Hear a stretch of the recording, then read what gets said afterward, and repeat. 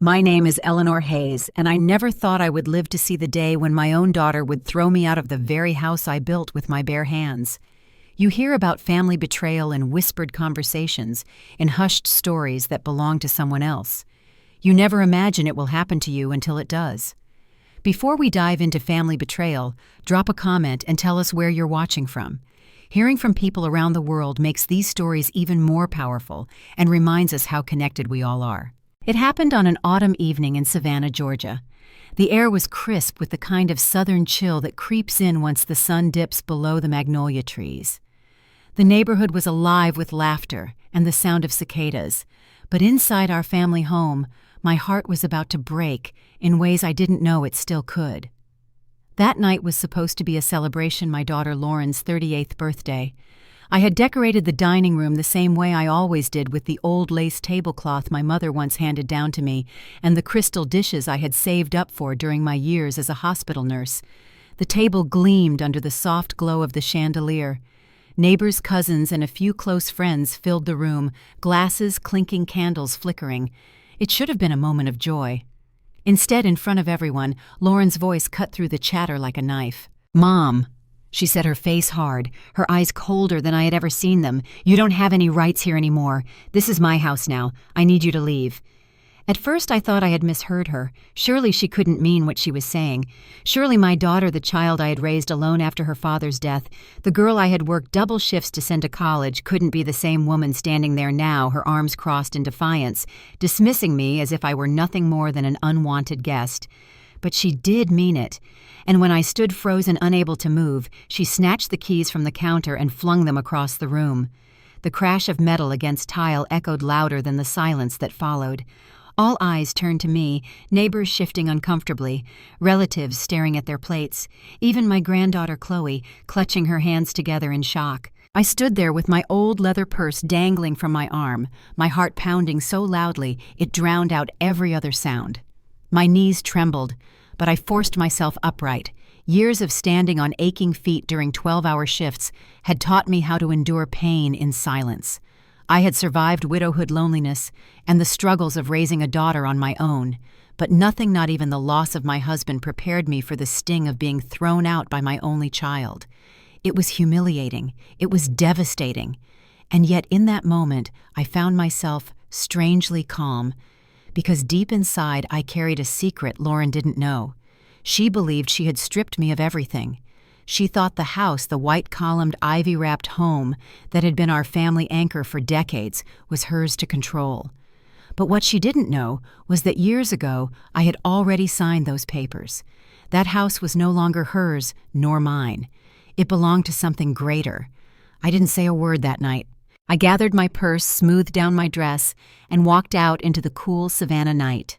The stars shimmered faintly above the oak trees, their Spanish moss swaying like curtains in the breeze. Neighbors on their porches whispered as I passed their faces, etched with pity and disbelief. The nurse who had bandaged half their children's knees, the widow who had given casseroles during their darkest times, now walked down the street as if she had no home. And yet, despite the sting of betrayal, I knew something they didn't. I knew that the house my daughter clung to so fiercely was not hers to claim. Years earlier, I had transferred its ownership into a charitable trust. One day, long after I was gone, the house would become a refuge for widows, single mothers, and orphans who needed a place to land. I had done it quietly, never imagining it would matter so soon. But life has a way of showing you the truth. So I let her believe she had won. I let her think she had pushed me out, that she had finally taken everything from me. I walked away without protest, though every step felt like carrying a mountain on my back. And as I closed the gate behind me, I whispered a prayer not for myself, but for my daughter, because one day she would come to realize what she had lost. Now, I want to ask you something. Have you ever felt the sting of betrayal from someone you love most? Have you ever stood in a moment where you realized blood doesn't always mean loyalty, where the people you sacrifice for are the very ones who wound you the deepest? If you've lived long enough, you probably know what I mean. And if you stay with me through this story, you'll see how everything turned upside down in ways no one expected. You'll see how secrets have a way of coming to light, how justice has a way of finding its way home. Because what happened next didn't just change my daughter's life, it changed mine too. If you're still watching, comment 1, so I know you're still with me. When I look back now, I often wonder where everything began to change. Was it in the quiet halls of the hospital where I spent half my life caring for strangers? Was it in the long nights when Lauren was still a little girl, and I would sit by her bedside after finishing a 12-hour shift, my uniform still smelling faintly of antiseptic and tired sweat? Or was it the moment she brought David into our lives with his smooth talk and his restless ambition? My story doesn't make sense without the beginning. You see, I wasn't born into privilege. I grew up in a small house on the outskirts of Savannah, Georgia, one of 4 children. My daddy worked at the docks hauling crates until his back bent into a permanent stoop, and my mama worked at the church kitchen ladling soup and singing hymns with a voice that carried more strength than her thin body seemed to hold. We didn't have much, but we had love, and that love was enough to carry me through most storms. I married young to a man named Thomas Hayes. He was a carpenter with calloused hands and a laugh that could fill a room. We didn't have riches, but together we dreamed of building a life brick by brick, and we did until the accident. One rainy morning, a scaffolding collapsed at the construction site. By noon, Thomas was gone. Just like that, I was a widow at 30 with a daughter barely 5 years old. I still remember the night I told Lauren her daddy wasn't coming home. She clutched her stuffed rabbit to her chest and asked if she would see him in heaven.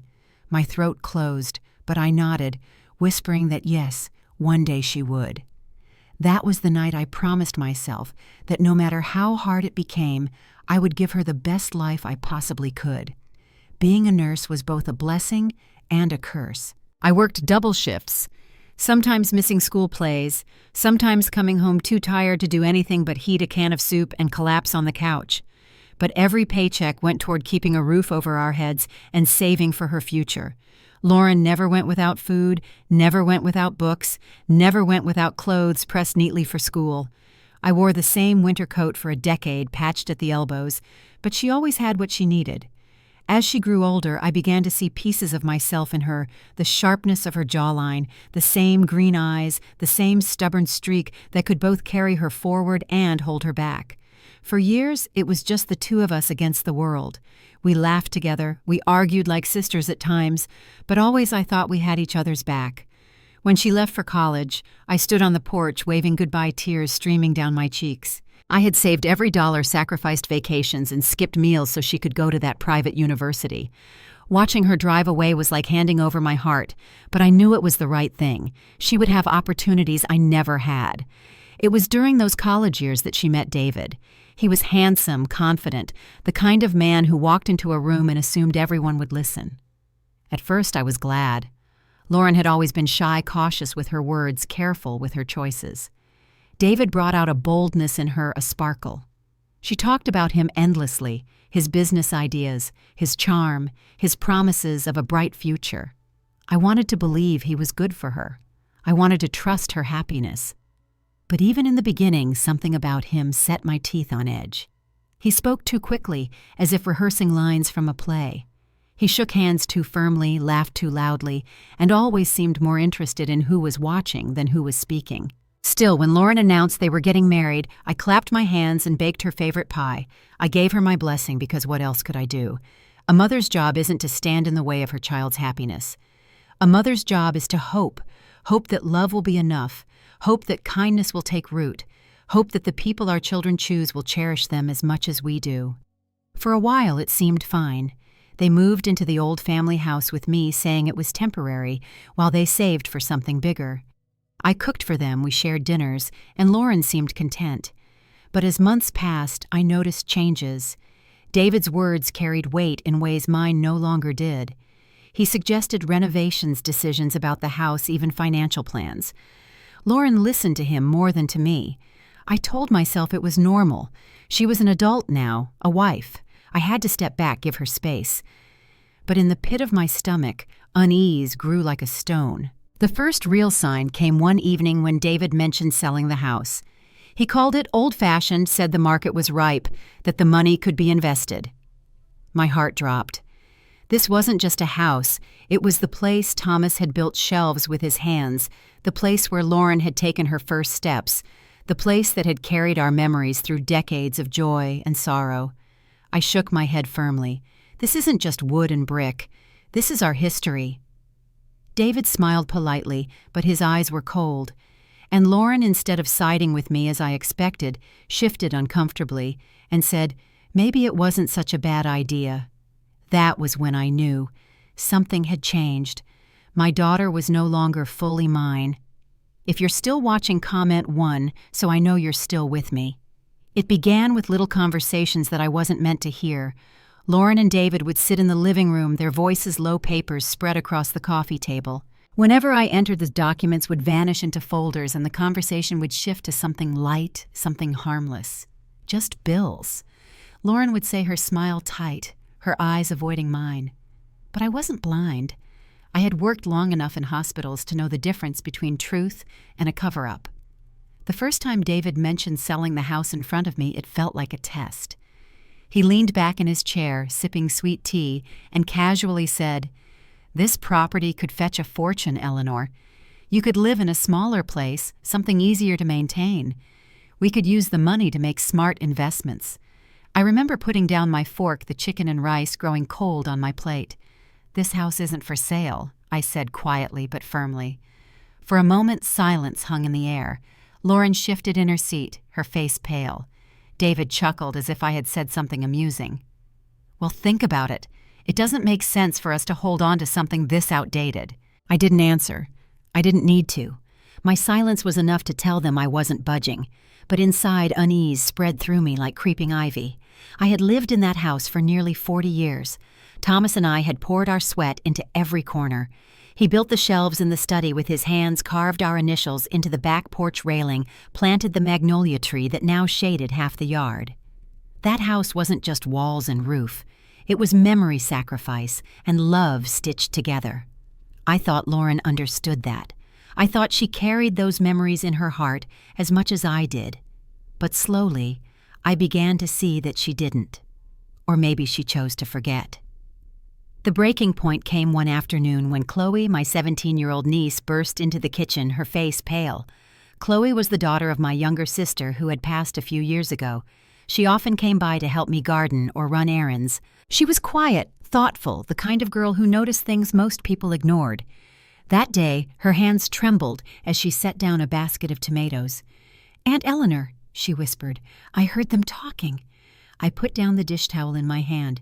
"Heard who, sweetheart?" "Lauren and David." She swallowed hard. "They were in the office. I was in the hallway, and they didn't know I was there.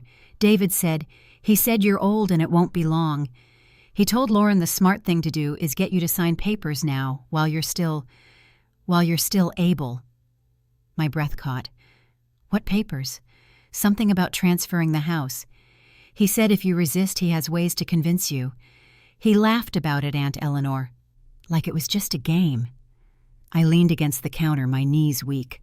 I wanted to believe Chloe was mistaken, that she had misheard, but deep down I knew she hadn't. Her eyes held too much truth, too much fear.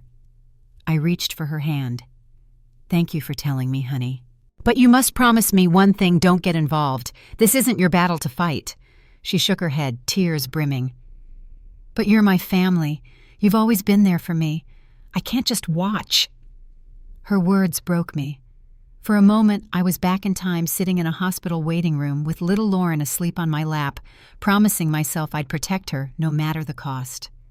Now here I was with Chloe, offering the same loyalty my own daughter had abandoned. That night I couldn't sleep. I lay in bed, staring at the ceiling fan, listening to its slow whir. Memories flooded me: Lauren's first piano recital, the way she used to curl up beside me on the couch, whispering secrets only a little girl would tell her mother. Back then, I thought nothing could break us. But time changes people, or maybe it reveals who they always were. I thought about Thomas. What would he say if he were here? He had been the dreamer, the optimist. He believed in giving people second chances, even third ones. But he had also taught me to be strong, to hold my ground when it mattered. "Love doesn't mean surrender, Elle," he once told me. "It means standing firm in truth." As I lay there, I realized I had been preparing for this moment without knowing it. Years ago, after a scare with my health, I had quietly met with a lawyer, Mr. Collins.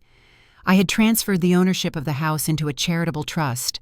One day, long after I was gone, it would serve as a refuge for widows, single mothers, and children who needed a home. I never told Lauren.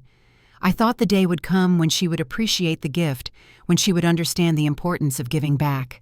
I never imagined the truth would matter so soon. The next morning, I watched David load his briefcase into the car, his arm draped casually around Lauren's shoulders.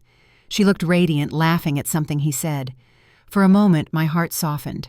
That was my baby girl, the child I had rocked through fevers, the girl I had cheered for at high school graduations, the woman I had sacrificed for every step of the way.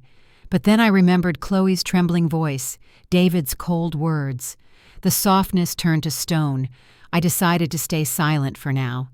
Sometimes silence is not weakness. Sometimes it is strategy. Let them think they had control. Let them believe they held the power. Because one day, very soon, the truth would come knocking, and no amount of ambition or manipulation would save them from what they had done. That day I stood at the window and watched them drive away. Spanish moss swayed from the oak trees like gray curtains, shadows dancing on the pavement. I whispered a prayer, not for me, but for Lauren. I prayed that somehow before it was too late she would remember who she was. But deep down, I feared it was already too late.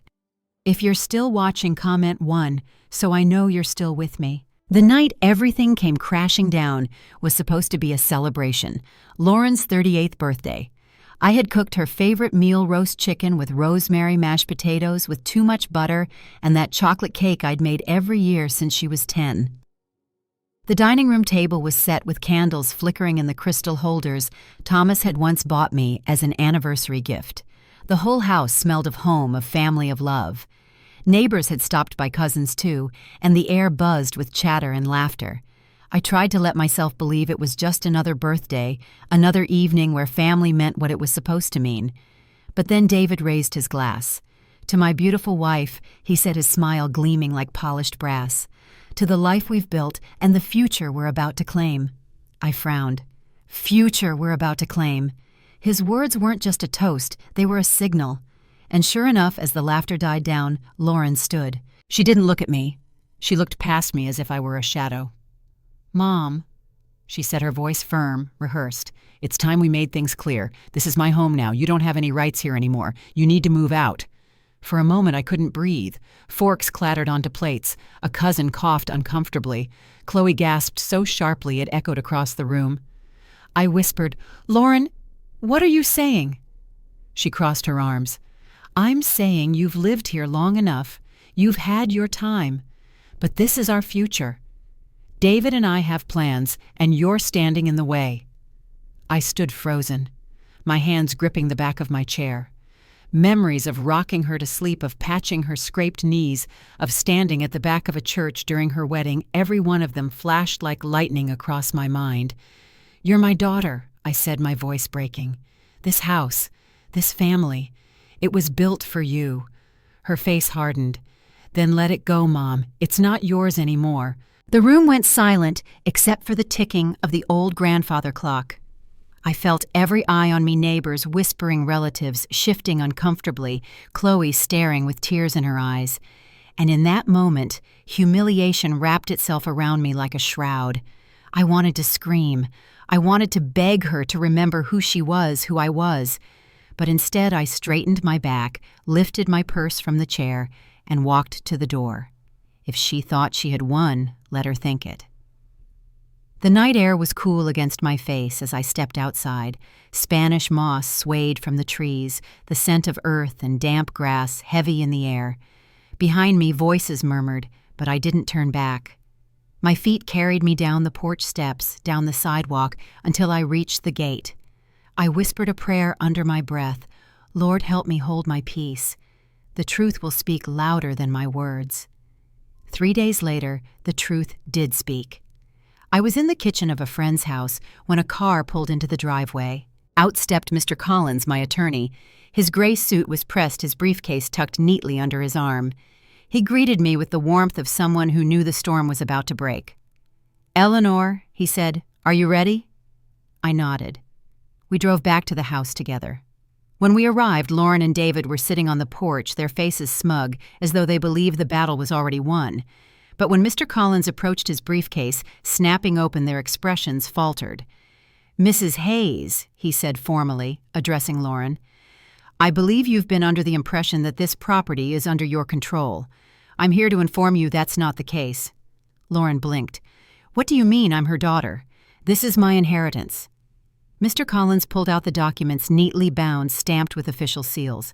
"Your mother legally transferred ownership of this property into a charitable trust nearly 7 years ago. It was done with full witnesses notarized and filed. Neither you nor your husband have any claim to it now or in the future." The blood drained from Lauren's face.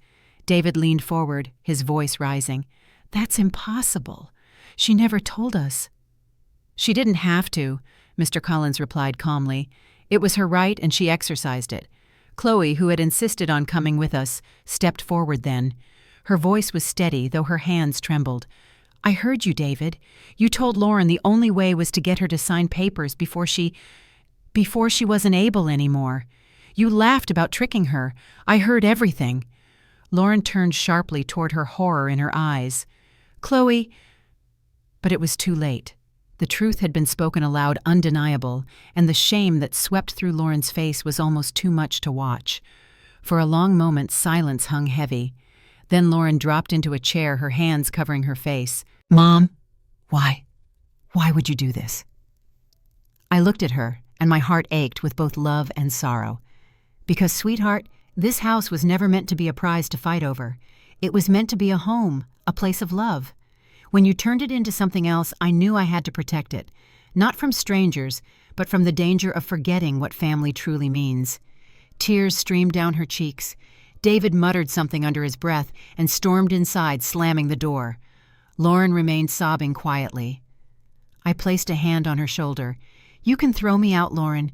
You can turn your back on me. But you cannot erase the love I have for you. That's something no deed, no paper, no house can take away." She whispered, broken, "I'm so sorry, Mom. But apologies don't undo choices." And though my heart longed to hold her as I once did, I knew the wound would take more than words to heal. In that moment, I realized I hadn't lost everything. I still had my dignity. I still had Chloe standing like a quiet sentinel by my side. And most of all, I still had the truth. And sometimes the truth is enough. In the days that followed, the house felt different. The walls were the same. The magnolia tree still cast its shadow across the yard, and the air still smelled faintly of jasmine at night. But there was a silence now, a silence heavy with what had been spoken, and what could never be taken back. Lauren kept her distance. I saw her sometimes standing at the edge of the porch, her shoulders slumped, her face pale. She wanted to speak, but words are hard to find when shame clogs the throat. David disappeared almost entirely, sulking, nursing his wounded pride. I did not seek him out. My battle had never been with him.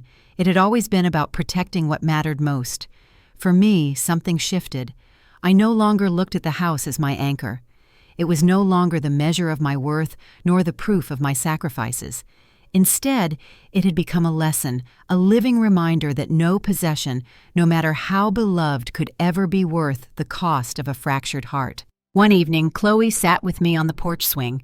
The sky was streaked with pink and gold, the kind of sunset that makes you believe in miracles. She leaned her head on my shoulder and whispered, "You're stronger than anyone I know." I smiled faintly. "Strength isn't what you think, Chloe. Strength is sometimes just standing still when you want to run. It's choosing silence when anger begs to speak. And sometimes strength is forgiveness." Her brow furrowed. "Do you forgive them?" The question settled heavy in the air. Did I forgive Lauren? Did I forgive David? The truth is complicated. Forgiveness doesn't mean forgetting, and it doesn't erase the sting of what they did. But forgiveness is the only key that unlocks the chains of bitterness. I nodded slowly. "Yes, Chloe, I forgive them.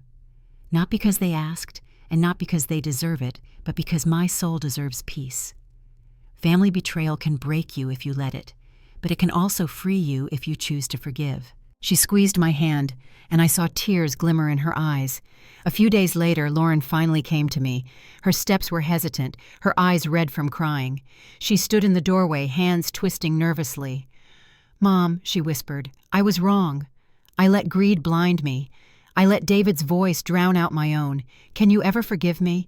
I studied her face, the same face I had kissed 1,000 times as a baby, the same face I had prayed over when she was sick, the same face that had once lit up with laughter when she saw me in the audience at her school play. Forgiveness doesn't come easily. It is not a gift wrapped in pretty paper. It is a choice made again and again to release anger in favor of love. "I forgive you, Lauren," I said softly. "But forgiveness doesn't erase the past. You have to decide what kind of woman you want to be from this moment on." As George Eliot once wrote, "It is never too late to be what you might have been." Her tears fell freely then, and she dropped to her knees at my side, clutching my hand. For the first time in a long time, I saw not the hardened woman who had cast me out, but the little girl who once clung to my skirts, desperate for comfort. I knew healing would take time. Trust once broken doesn't knit itself back together overnight. But a seed had been planted, and perhaps with grace, it would one day grow into something stronger than before. As for me, I made a decision. I left the big house behind and moved into a smaller place just outside Savannah. It was modest, but it was mine, and it was enough. I started a small community garden for widows and single mothers, a place where people could gather, share stories, and find strength in each other. Chloe helped me every weekend, her laughter echoing in the rows of tomatoes and sunflowers. The old house remained under the charitable trust, safe from greed and ambition. One day it would open its doors to those who needed it most, and that thought gave me peace. When I sat on my porch in the evenings watching the fireflies dance, I no longer felt bitterness. I felt gratitude. Gratitude that I had survived. Gratitude that I had chosen love over hate. Gratitude that even in betrayal, there had been lessons worth learning. I thought often of a saying I once heard, "A house is built of walls and beams. A home is built of love and dreams." How true that was. Lauren had thought the house was her victory, but she was wrong. The true victory was realizing that a home is not made of bricks or deeds, it is made of how we treat one another. The Bible says in Luke chapter 12, verse 15, "Life does not consist in an abundance of possessions." I know now how deeply true that is. Wealth can be lost, houses can be sold, but love, that is the only inheritance worth passing on. So I forgave. And in forgiving, I found freedom. And now I ask you, my listener, my companion in this story, what would you choose if tomorrow everything you owned was gone? Would you cling to possessions, or would you cling to the people who matter most? Leave me a comment below. Share your own story. Maybe you faced betrayal, maybe even a family betrayal like mine, or maybe you found healing where you least expected it. I would love to hear from you. And don't forget to like this video, to subscribe if you haven't already, because together we can keep telling stories that remind us of what truly matters: faith, forgiveness, and the kind of love that survives even the hardest storms. Because at the end of the day, family isn't defined by deeds and papers.